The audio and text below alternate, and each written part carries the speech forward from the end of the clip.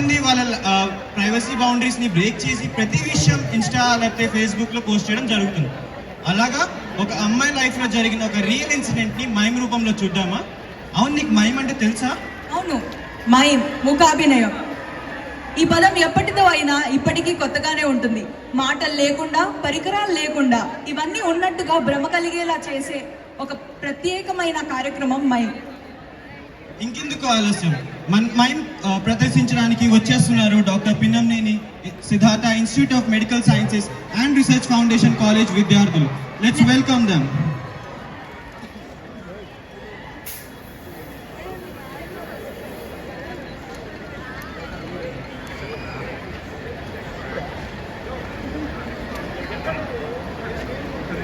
Good evening, respected delegates and audience. We, the proud students of Dr. Pinnamneni Siddhartha Institute of Medical Sciences and Research Foundation, are here to give an act on the theme of perils of social media.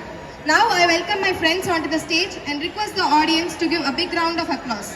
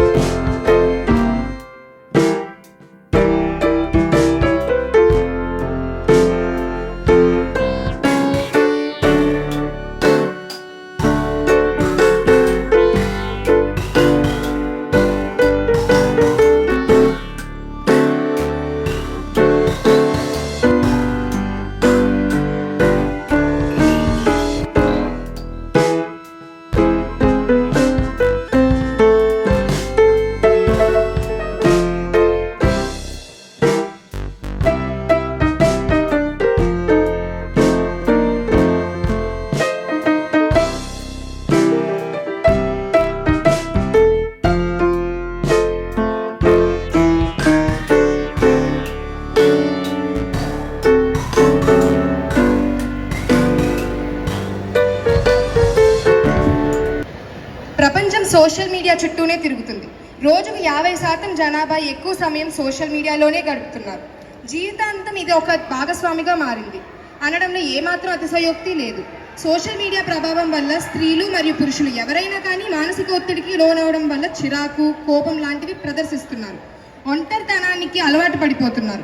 యువత ఆన్లైన్లో ఎక్కువసేపు ముఖపరిచయం లేని వారితో సంభాషణలు కొనసాగించడం వల్ల వారి మాయ మాటల్లో మోసాలకు గురవుతున్నారు. వాటి నుండి తప్పించుకునే మార్గంలో మరొక తప్పులకు పాల్పడతారు.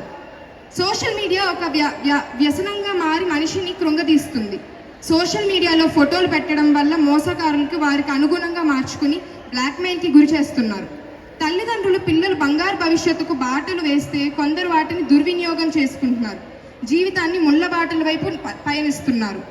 ఆడపిల్లలు జీవితం మీద ఎన్ని కలలు పెట్టుకుంటారు. సోషల్ మీడియా ప్రభావం వల్ల పరిచయం లేని వ్యక్తితో చనువుగా ప్రవర్తించడం వల్ల వారి జీవితాలను దుర్భరం చేసుకుంటున్నారు. దారి లేని చివరికి ఆత్మహత్యలకు పాల్పడుతున్నారు. దాని బారి నుండి కాపాడుకోవడానికి దిశగా చేసే మా ఈ చిన్ని ప్రయత్నం. ధన్యవాదములు.